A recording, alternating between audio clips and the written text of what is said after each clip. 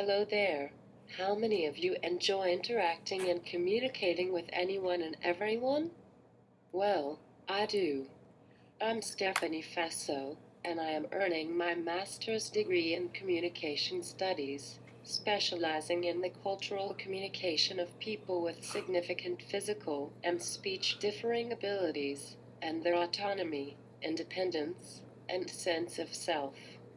If I were to ask anyone that I know about myself, they'd probably say that I enjoy initiating and engaging in all types of conversations. Today I'm going to discuss with you all about augmentative and alternative communication, AAC for short. AAC can be described as accessible ways to communicate for individuals who have minimal verbal abilities. AAC can be found in many forms, such as speech-generating devices, voice-recorded switches, communication boards without voice output that have icons, which are symbols, and door words, body language, gestures, and door sign language. I will be focusing on my communicative development in my childhood, my perspectives on the AAC field, and my experiences being an ambassador for PRC. First, I'd like to discuss the disorder I have, to give you some type of medical background of myself. What I have is called severe athetoid cerebral palsy. It's defined as having mixed muscle tone, having the limited ability to sit in an upright position without proper support, having minimal balance, and having involuntary muscular movements. Since my cerebral palsy is severe, I have moderate to minimal gross, fine, facial, and oral motor abilities, but I have many more abilities than disabilities, definitely. My cerebral palsy was caused by oxygen deprivation, before, during, and after my birth. I had no heartbeat for 24 minutes, and they had trouble inserting the ventilator, since I had double collapsed lungs that were stuck together. After attempting 19 minutes, they were finally able to successfully insert the ventilator. Then they rushed me to Stanford, which is a hospital that has advanced medical technologies for the critically ill patients who required those advanced medical technologies. Since they have advanced medical technologies, they have one of the most advanced neonatal intensive care units. Therefore, they sent me to Stanford, so that they could, possibly, save my life. I was there for 9 days, where I experienced 13 hours of non-stop seizures, and was vent-dependent for 5 days. On the 6th day, I miraculously was able to breathe independently, which was a remarkable blessing. Even though I had a rough start, I will not let it define me, as I do not identify myself as disabled, even though our culture assigned and imposed the identity of being disabled on me. The reason that I do not view myself as disabled is, I am more able than disabled, since the support from my family, wheelchair, AAC device, and people in my life have completely empowered my abilities, rather than disempowered them. I have never wished that I did not have cerebral palsy, since it's one of the wonderful millions of pieces that make up who I am. I love, value, and accept who I am, as I am very thankful and humble for all the abilities that I actually do have. In spite that I have no issue with having this disability, we know that our culture is a different story. Our culture views those with differing abilities as special, atypical, not abled, special needs, and exceptional, which such labels reinforce, recreate, and reconstruct the exclusion of individuals with differing abilities from the hegemonic culture.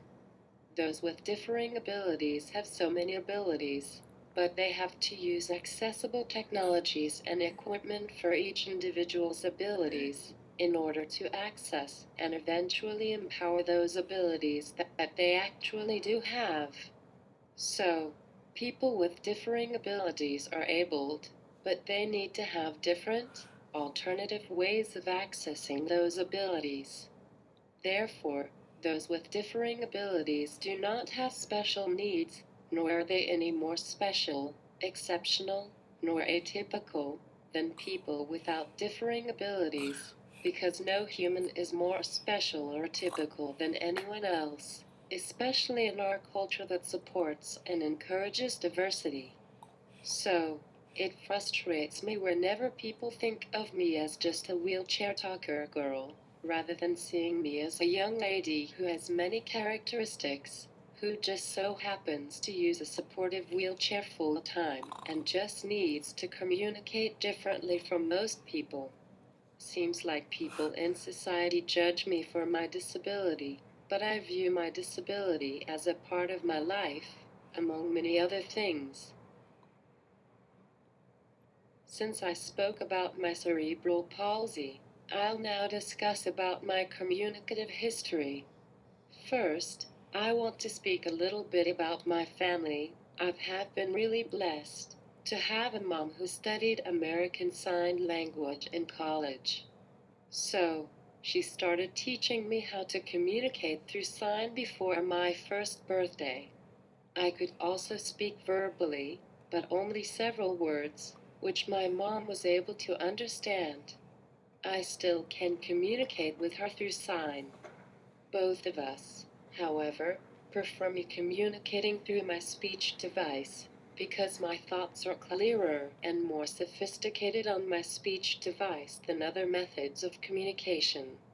I feel so blessed and fortunate to have her teach me how to communicate when I was a young child. Since you now know about the background of my diagnosis and my family, I'd like to tell you about my communication therapy experiences.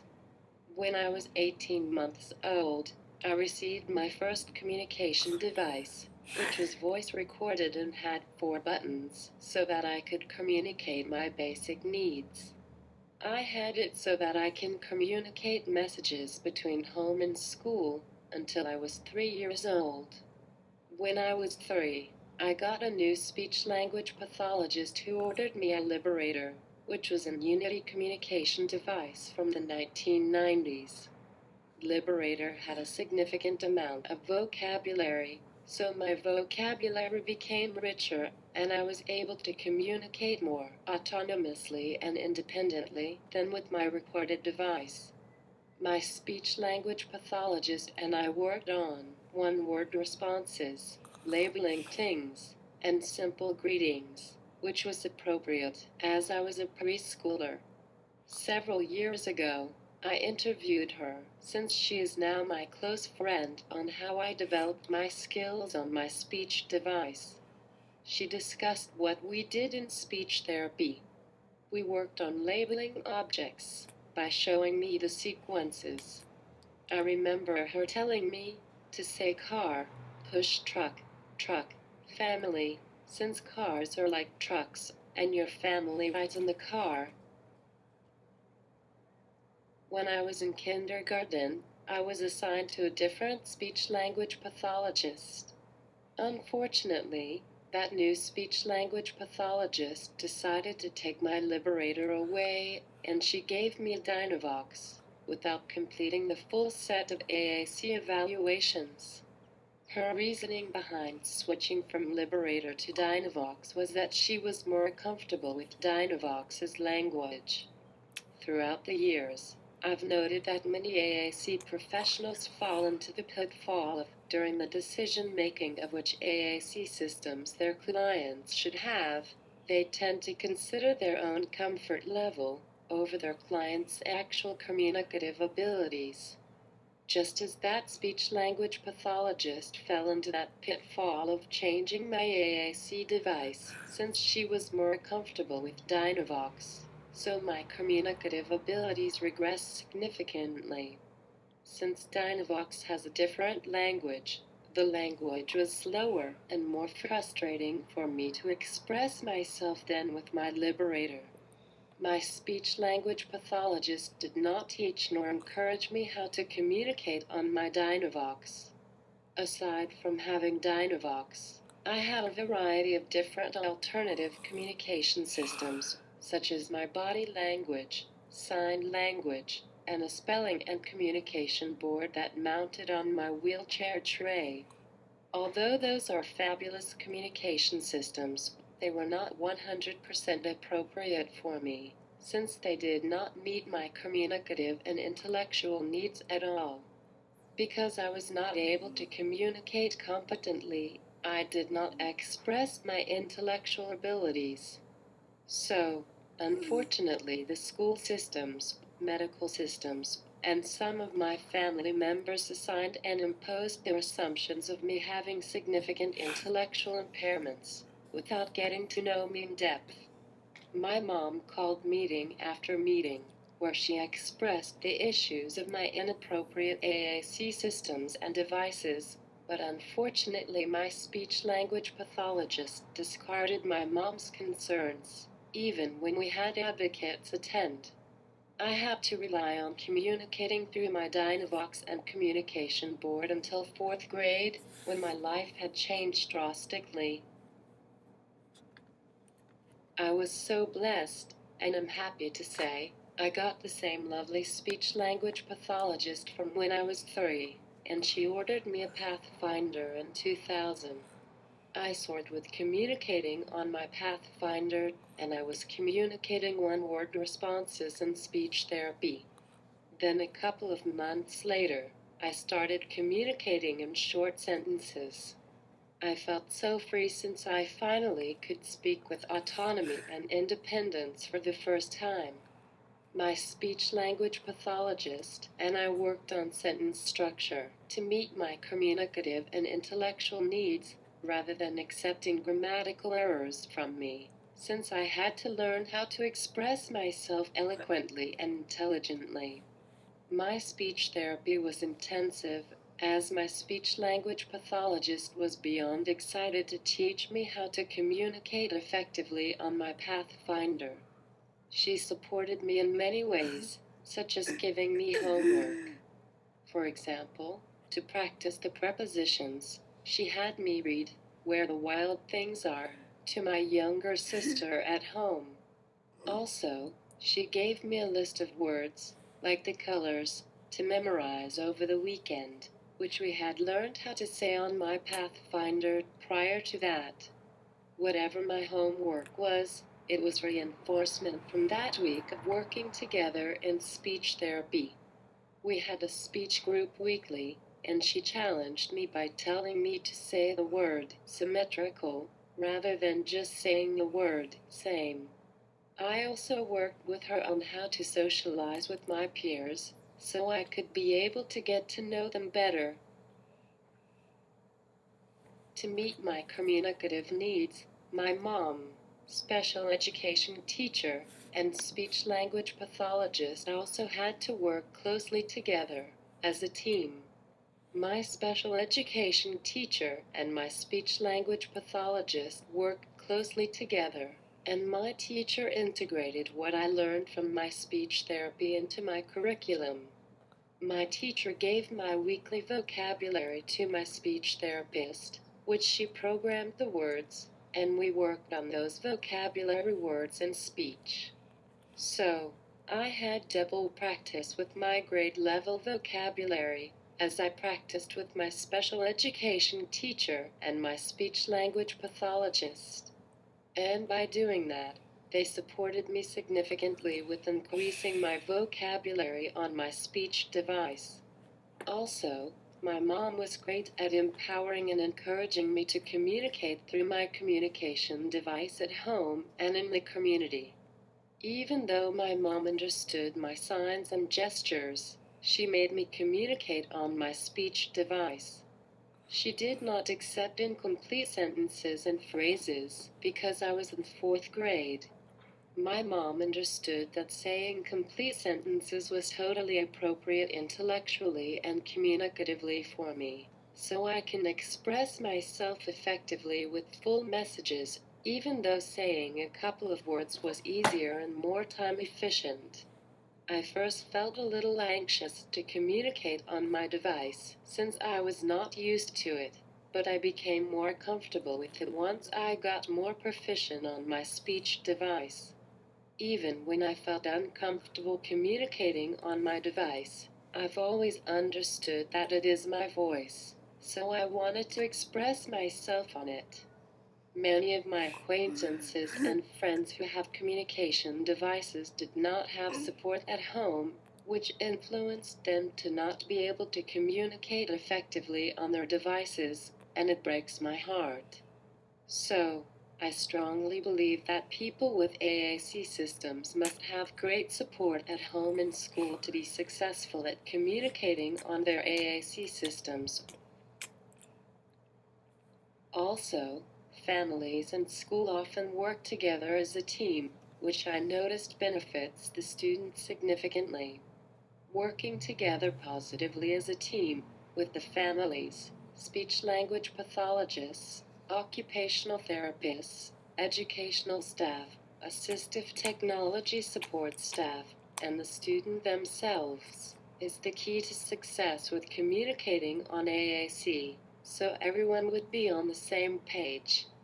But if everyone is not on the same page, there would not likely have consistency between home and school, which leads to roadblocks for the students' communication on their AAC systems. Since I had an amazing support systems, I did so well with my academics, in addition to my communicative abilities on my device. So, starting in 6th grade, I was included full-time in classes and did every single assignment with the support of my speech device. If it weren't for my communication device allowing me to write papers and communicate my answers, it would have been impossible for me to be educated in general education classes without any academic support. Having the ability to articulate completely on my speech device is a blessing. I wouldn't change it for anything, and I've been really thankful to have my communication device. I love my communication device because my terrific device allows me to live my life fully, just as I would like. I don't consider my communication device as just a communication aid. I think of it as my life. My device is on every second every day, and I'm communicating with everyone. Anything from a small talk with strangers, to philosophical discussions with my family and friends, to advocating for myself with professionals. I am so alive with expressing myself through my device. Next, I would love to share my perception on the AAC field as a communication studies scholar. Even though there are many strengths in the AAC field, the field has limitations. As some of you know, communication studies is a social science, where it is similar to sociology. One of the parts of the communication studies field that I've been focusing on is examining how communication and attitudes shapes the culture. Personally, I am going to study in the culture of people with significant physical differing abilities who communicate through AAC in relation with their autonomy, independence, and sense of self. Many people do not know that autonomy is different from independence. Independence is simply doing things by themselves without having others do those things for them, while autonomy is self-governing. Independence and autonomy complement each other, as a person needs independence and autonomy to be able to communicate. Having independence with communicating through their AAC systems means that their communication partners do not have to speak for them, and they're able to communicate through their AAC system without any support from anyone. Similarly, a person needs to have autonomy to communicate in order to live their own life fully, by communicating through their AAC systems and decision-making without letting anyone dominating the decision-making for them. What I've noted is that many people who support those with significant physical differing abilities who communicate through AAC focus on independence more than autonomy. I, however, would like to make the argument that autonomy is as important, or even more important than independence, as having an internalized desire to have the ability of governing one's own self can influence having an internalized motivation of achieving independence with communicating through AAC systems, which can empower them to have a healthy and strong sense of self. Of course, they are able to communicate their autonomy completely on their AAC systems if they have independence. Although having an internalized desire to govern one's own self can lead to wanting to communicate independently. In order to have a strong sense of self, autonomy and independence of communicating through their AAC systems need to be developed first. Many people with physical differing abilities who communicate through AAC need to have support systems, whether it is caregivers, family, school aides, teachers, therapists, or speech-language pathologists, to support their daily living, medical, educational, and communicative needs. Even though the support system is for assisting and supporting these individuals with complex needs, many times these differing abled individuals' autonomy can be limited by their support systems. For example, I've observed time and time again that some people who I've encountered might be independent with communicating on their devices, but the support system have the privilege to control when the AAC communicators have their AAC systems with them. It is common for the support systems to influence the AAC communicators' autonomy and independence by taking the communicators' AAC systems off when they are not expected to communicate, such as in the bathroom and on the bus. Whenever the support systems have control over the communicators' AAC systems by determining when the AAC communicators should have and should not have their AAC systems with them at any point or time, it robs their autonomy. Since the support systems do not have the same differing abilities as the AAC communicators, the support systems are a part of the privileged group, so they unfortunately are in the position to dictate when the individuals with these differing abilities have a voice. It reinforces, recreates, and reconstructs the oppression of people who have these types of differing abilities. So, unfortunately, the AAC communicators are being disempowered from the support systems, which it allows the support systems to have the privilege over the AAC communicator's voice. Literally, the privileged group silences the oppressed group in this case, just by not putting the communicator's AAC systems on all day, every day. By the support systems silencing the AAC communicators, it reinforces, recreates, and reconstructs the notion of people who are in the dominant group have the privilege to silence those who communicate through AAC. There's no valid reason for anyone to not have their AAC systems with them all day, every day, even when they are in the bathroom and on the bus.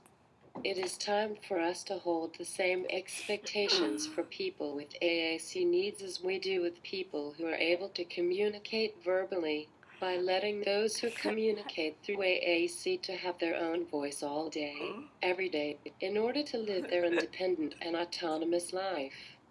Also, I believe that we need to frame our thinking from AAC is for using to AAC is for communicating. The AAC field, however, refers to those who communicate through AAC as AAC users. I feel that the term of AAC users reinforces and recreates the notion that AAC is just for using, rather than for communicating.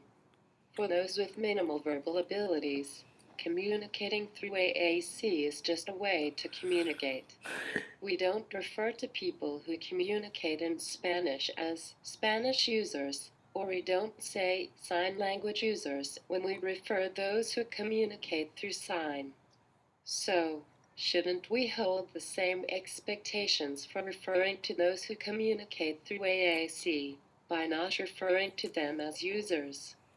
Therefore, we need to shift our focus from seeing just disabilities to concentrating on empowering abilities, such as we will need to frame our thinking of how the individuals are able to communicate, rather than seeing individuals with AAC needs as just nonverbal. It is all about empowering those with AAC needs to communicate autonomously and independently, rather than disempowering. The AAC field needs to expand their focus beyond the foundation of AAC with clinical and educational standpoints, by including the AAC communicators' actual communication, such as their autonomy and independence in communication. Since I shared my perception of the AAC field, now we will discuss what I do in the field as an ambassador for PRC. I enjoy empowering those with AAC needs. As an ambassador for PRC, my responsibilities are working at AAC events, as well as sharing my experiences with AAC, like I'm doing now. And my other responsibility is to work with children and young adults who communicate on AAC. I also work at fun social gatherings for children who communicate through speech devices, and I assist and motivate them to use their devices, which I love. Every week I tutor in several classes of students with significant physical differing abilities, and many of those students communicate through AAC.